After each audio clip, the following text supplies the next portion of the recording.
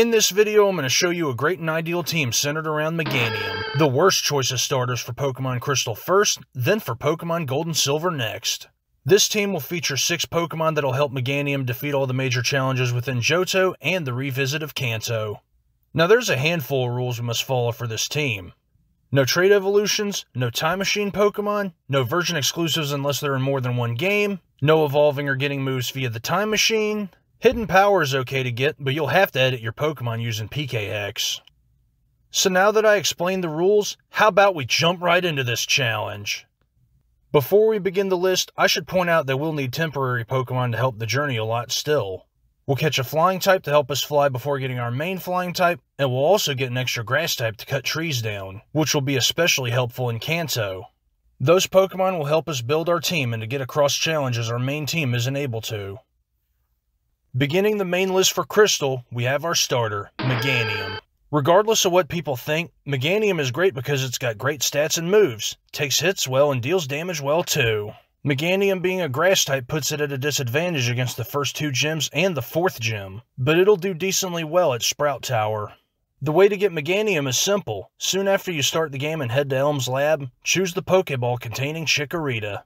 During your journey, you can train Chikorita up to level 16 to evolve into Bayleaf, then train again to level 32 to evolve into Meganium. A good moveset for Meganium would be Razor Leaf, has good power points and does good damage. Giga Drain is support, dealing damage while restoring health for Meganium. Headbutt is its go-to move, does good damage while making the target flinch sometimes. And Safeguard is support to prevent status problems for 2 to 5 turns. Meganium will do okay against Whitney, but do best against Chuck's Poliwrath, Price, Claire's Kingdra, Will's Slowbro, Bruno's Rock types, Karen's Umbreon, Brock, Misty, Blue's Rhydon, Silver's Sneasel, and Red's Snorlax and Blastoise. Up next we have the Dopey Hermit Crab, Slowbro. What makes Slowbro great is that it has high physical defense and special attack, along with most other stats being good except for speed. You can't really expect a Pokemon with slow in its name to have good speed at all, so it makes up for it by having high defenses. The way to get Slowbro is very easy. After you make it to Azalea Town and talk to Kurt, you can access the Slowpoke well to capture a Slowpoke. Then train it up a long while till level 37 to evolve into Slowbro. A good moveset for Slowbro will be Confusion, does good damage and has high power points. Psychic is its go-to move, hitting very hard against poison and fighting types. Surf is another go-to move, also hitting hard against fire, rock, and ground types, and Ice Beam is coverage to make grass flying and dragon types less difficult. Slowbro will do okay against Morty if it's holding Quick Claw, but do best against Jasmine Steelix, Price's Piloswine, Claire except Kingdra, Will Xatu and Executor, Koga, Bruno, Karen except Umbreon, Lance except Gyarados, Brock's ground types, Erica, Janine, Blaine, Blue's Pidgeot, Rhydon, Executor, and Arcanine, Silver's Crobat, Gengar, Alakazam, and Typhlosion, Rocket's Vileplume, Murkrow, Weezing, and Houndoom line, and Red's Venusaur and Charizard.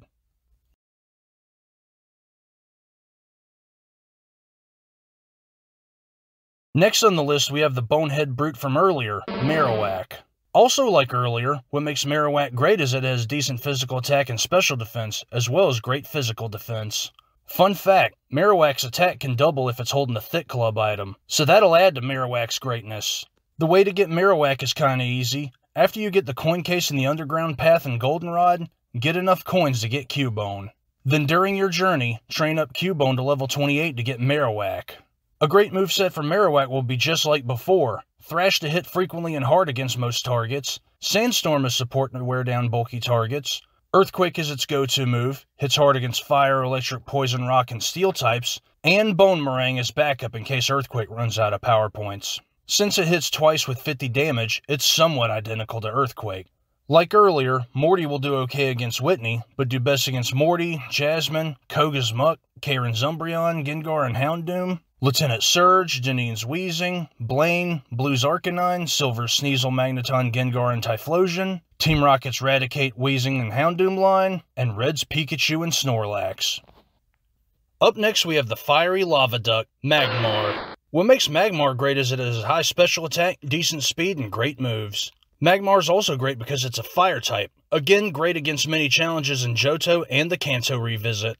While getting Magmar is easy in Gold and Silver, the way to get Magmar in Crystal is kinda tricky. Soon after you make it to Route 34, enter the daycare and save your game.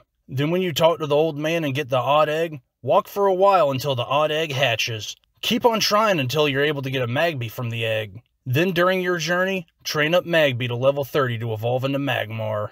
A great moveset for Magmar would be Fire Punch, hitting hard against Grass, Bug, Ice, and Steel types. Flamethrower is its go-to move, being identical to Fire Punch and also being good backup in case Fire Punch runs out of power points. Thunder Punch has coverage to make Water and Flying types less annoying to deal with, and Toxic for support to help Magmar have an easier time against some opponents. Toxic doubles in residual damage each turn, making it really worthwhile. Magmar will do best against Chuck's Poliwrath, Jasmine, Price's Piloswine, Will, Koga's Bug types, Karen's Vileplume and Murkrow, Lance's Gyarados, Aerodactyl and Charizard, Missy's Golduck and Starmie, Lieutenant Surge's Magneton, Erica, Janine's Bug types, Blue's Pidgeot, Gyarados and Executor, Silver's Sneasel, Crobat and Magneton, Rocket's Vileplume and Murkrow, and Red's Venusaur and Charizard. Next on the list we have the fast sturdy cow from earlier, Miltank. While it has an infamous reputation due to Whitney's own Miltank being a beginner's trap, getting one ourselves will still be worthwhile due to its good physical attack and special defense, great HP, physical defense, and speed also. Like before, getting Miltank is a little tricky. Head to Route 38 and search through the tall grass. If you're patient enough, you'll find and capture a Miltank. Also, Miltank can evolve, but it won't matter since Miltank's already great enough. Just like earlier, a great moveset for Miltank would be Stomp, does good damage and sometimes flinches the target. Body Slam is its go-to move, doing great damage and sometimes paralyzing the opponent. Shadow Ball for coverage to make ghosts less irritating to deal with. And Milk Drink as support to regain lost health in battle while healing teammates outside of battle. Just like before, Miltank will do okay against Price and Claire's Kingdra, but do best against Will, Karen's Umbreon and Gengar, Missy's Starmie, Sabrina, Blue's Psychic types, Silver's Sneasel, Gengar, and Alakazam, and Red's Espeon and Snorlax. When in doubt about some matchups, go for normal moves since they do neutral damage most of the time. It'll work out in the long run. Last and best, we have the steel-clad bird from earlier, Skarmory. What makes Skarmory great is that it has decent attack and speed, along with sky-high physical defense. Another thing that adds to Skarmory is its typing of steel and flying, letting it have little to no weaknesses except for fire and electric. Like earlier, the way to get Skarmory is kinda simple. Once you make it to Route 45, head into the tall grass and search for and capture Skarmory. Again, Skarmory can't evolve, but that doesn't matter considering how great it is. Like before, a great moveset for Skarmory will be Drill Peck as its go-to move. Does great damage against grass, bug, and fighting types while having a lot of power points. Fly is backup in case Drill Peck runs out of power points. Also Fly being very helpful for getting the player across the map much faster. Hidden Power Bug is coverage to make Psychic types less problematic to deal with, and Protect is support, allowing Skarmory to last longer on the field.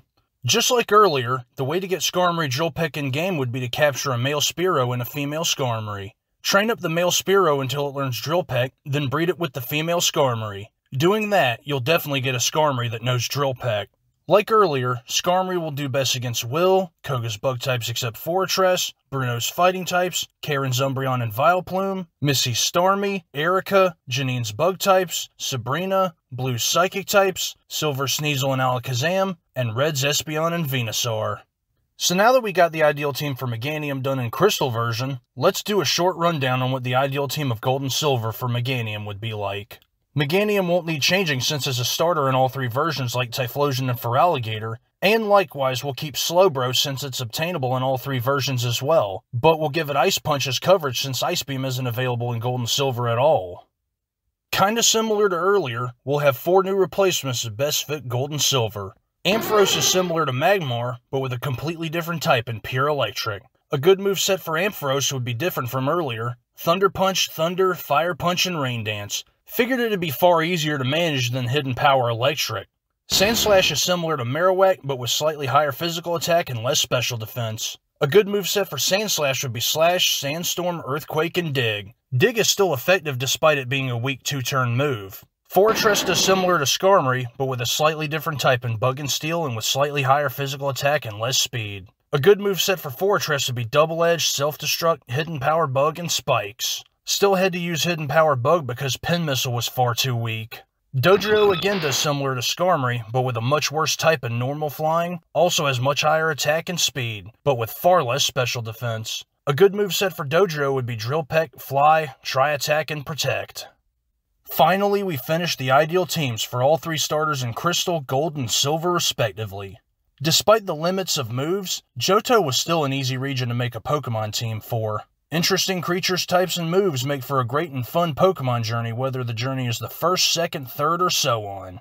Now that we got the ideal teams done for Johto, I'll be covering the ideal teams for Hoenn next. It'll feature the biggest glow up we've seen for any starters, as well as heavily buffed Gen 1 types to unforeseen heights.